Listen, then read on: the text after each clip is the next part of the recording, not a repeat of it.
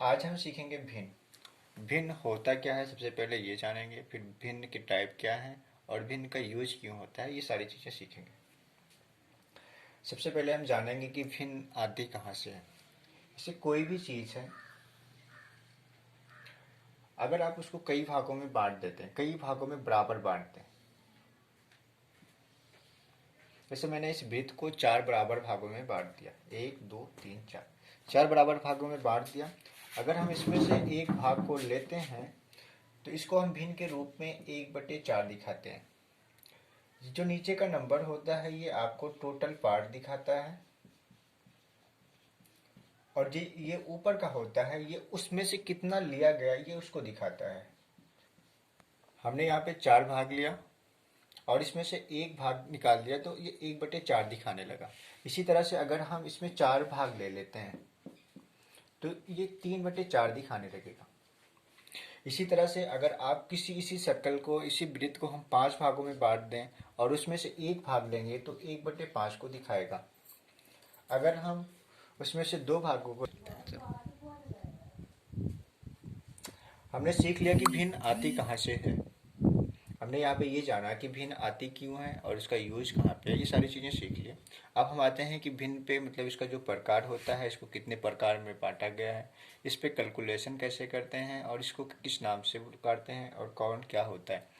जैसे मैं यहीं पे अगर बात करूँ तो जो टोटल नंबर में होता है, जो नीचे का नंबर होता है वो हर को दिखाता है, और जो इसके ऊपर वाला भाग होता है ये अंश होता है, और ये जो बीच की लाइन होती है इसको हम बटा बोलते हैं।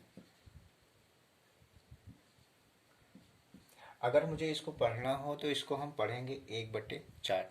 अब हम आते हैं भिन्न की टाइप पे।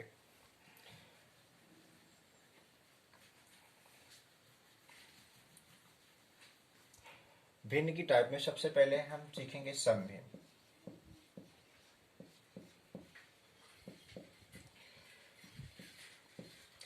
समभिन्न वो भिन्न होती है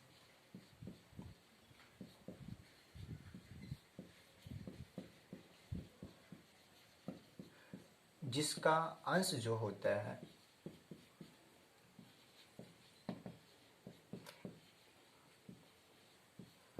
हर से छोटा होता है।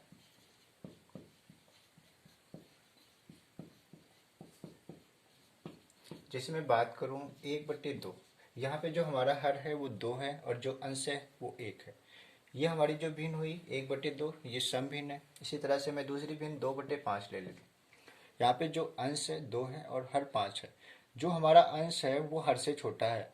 अगर इस तरह का कोई भी भिन्न होगी जिसमें जो अंश हो वो हमारा हर से छोटा हो तो वो समभिन्न कहलाती है। अब हम आते हैं अगली भिन्न, विषम भिन्न।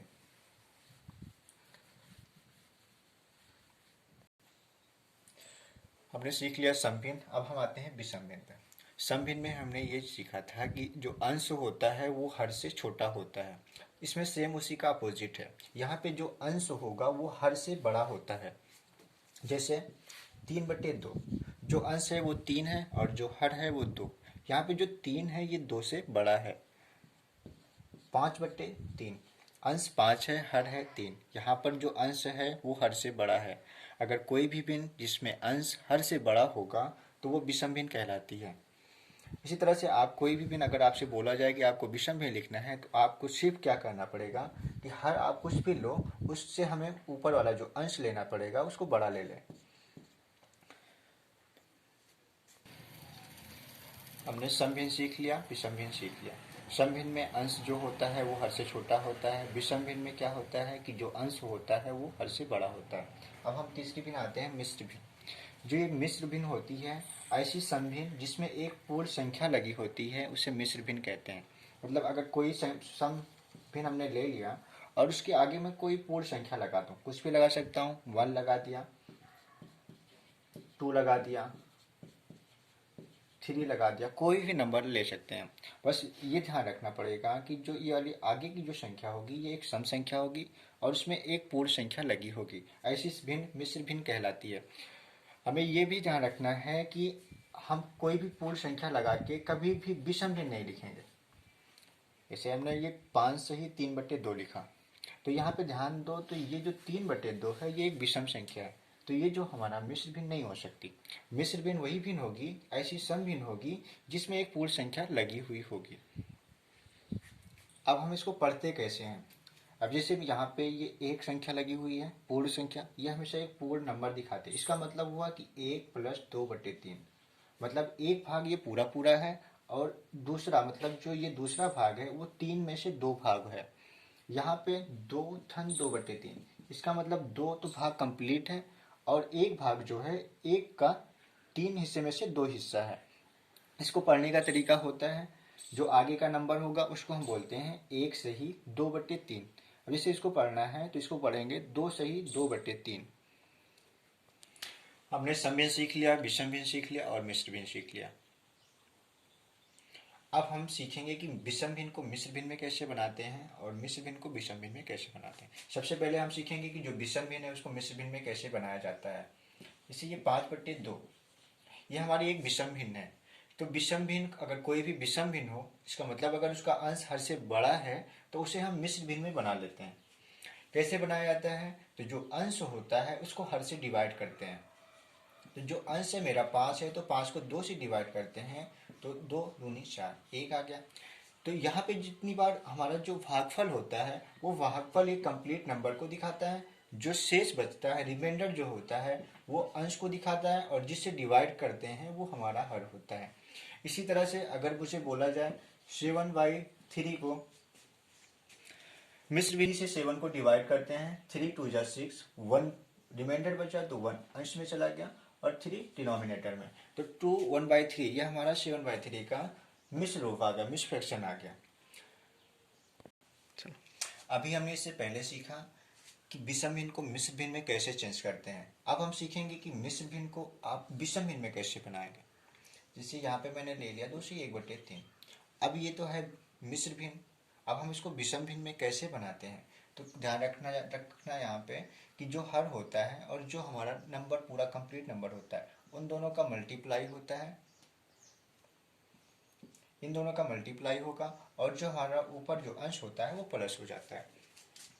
जैसे यहाँ पे मैं लिख सकता हूँ इसको 2 × 3 होगा प्लस 1 होगा, और ये ध्यान रखना जाता है कि जो डिनोमिनेटर होता है, जो हमारा हर होता है, जो हर यहाँ पे होगा वही हर यहाँ पे हो जाएगा।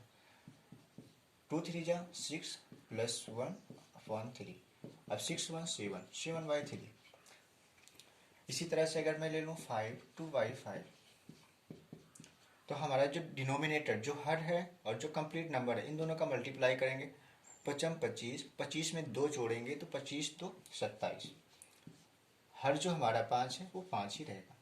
यहाँ पे ये ध्यान रखा जाएगा कि जो मिश्र भिन्न को या हम विषम भिन्न में चेंज करें या विषम भिन्न को मिश्र भिन्न में चेंज करें, दोनों में जो हर होगा वो सेम होगा। जैसे अभी जब हम पीछे विषम भिन्न को मिश्र भिन्न में चेंज किया था, इसे 5/3, इसी को अगर मुझे मिश्र भिन्न में चेंज करना है तो मैं 3 से 5 को डिवाइड करता हूँ, 3 1 जा 3, 2 रिमाइंडर है, 2 यहाँ पे न्यूमिनेटर हो गया और अपॉन में डिनोमिनेटर। यहाँ पे डिनोमिनेटर 3 था, यहाँ पर भी 3 है, यहाँ पे हर 3 था, यहाँ पे भी हर 3 है। ये ध्यान रखा जाएगा कि मिश्र भिन्न को चाहे हम विषम भिन्न में चेंज करें या विषम भिन्न को मिश्र भिन्न में चेंज करें, दोनों में जो हर होगा वो सेम होगा। लेते हैं ये चीज़ें करते क्यों हैं, ये चीज़ें हम जानें। जैसे हमें जब भिन्न का कैलकुलेशन करना पड़ता है, चाहे जोड़ करना पड़े, घटाव करना पड़े, गुणा करना पड़े या भाग करना पड़े, तो उसमें मुझे ये पता होता है कि हम डायरेक्ट मिश्र भिन्न में कैलकुलेशन तो हो सकती है लेकिन वहाँ पे डिफ़िकल्टी आ जाती है, उसको करने में कठिनाई होती है। तो इसीलिए हम क्या करते हैं कि मिश्र भिन्न को हम विषम भिन्न में चेंज कर लेते हैं। जैसे मैं आपसे बोलूँ 1 सही 2/3, 2 सही 5/7, इसको करने के लिए बोलूँ तो आपको क्या करना पड़ेगा? सबसे पहले इसको आप विषम भिन्न में चेंज करेंगे, 3 एकम 3 2 5, 5/3, 7 दूनी 14, 5 19/7, इस तरह से करते हैं। इसी तरह से वैसे जोड़ में ये आप दूसरे तरीके से भी कर सकते हैं, बट ये चीज़ें सबसे ज़्यादा ज़रूरी होती हैं गुणा और भाग में। जैसे मुझे गुणा जब कराना होता है, मैं एग्जाम्पल के तौर पे 1 से 2/5 ले लूँ और यहाँ पे ले लिया 25/49, अब ये ले लिया, तो अब जब आप इसको विषम भिन्न में चेंज करोगे तभी आप समझ सकोगे कि किस मतलब कौन किससे मतलब डिवाइड हो रहा है, कौन किससे कट रहा है। इसीलिए पहले हम क्या करेंगे, मिश्र भिन्न को विषम भिन्न में चेंज करते हैं। 5 एकम 5 दो 7, 7/5 गुणे 25/49, 5 5 जा 45, 7 7 जा 5/7, ये मेरा आंसर हो गया। इसी तरह से मिश्र भिन्न को हम विषम भिन्न में क्यों बनाते हैं, इसी तरह से आखिर विषम भिन्न को हम मिश्र भिन्न में क्यों बनाना पड़ता है। तो इसके लिए आपको ये ध्यान रखना है कि जो ऑप्शनल आजकल जो ऑप्शनल पेपर आते हैं उसमें आपको अगर ऑप्शन में विषम भिन्न में आंसर ना मिला तो वहाँ पे प्रॉब्लम होने लगती है। तो ये ध्यान रखा जाता है कि अगर कहीं भी विषम भिन्न आती है, जैसे आपने एग्जाम्पल के तौर पे 5/7 और 1/2 को सॉल्व कर लिया। इसको पहले मैं सॉल्व करके दिखाता हूँ। 7 2 जा 14, 5 2 जा 10 और +7, ये आ गया 17/14। आपका आंसर आया 17/14। अगर आप ऑप्शन को चेक कर रहे हैं, ऑप्शन में ये आंसर नहीं मिल रहा, तो तुरंत आपको माइंड में ये आ जाना चाहिए कि मुझे इसको क्या करना पड़ेगा, मिश्र भिन्न में बनाना पड़ेगा। आंसर हमारा हर से बड़ा है, ये एक विषम भिन्न है। विषम भिन्न को मिश्र भिन्न में चेंज करते हैं और 14 1 जा 14 मतलब 14 एकम 14, 3 बच रहा है तो 3/14। हमने भिन्न की एकदम बेसिक जानकारी मतलब बेसिक चीज़ें सीख ली कि विषम भिन्न क्या होता है, मिश्र भिन्न क्या होता है, इनको बदलना क्यों पड़ता है, और सम भिन्न क्या है, ये सारी चीज़ें सीख ली। अब हम और आगे जारी रखेंगे अब कल की क्लास में। Thank you.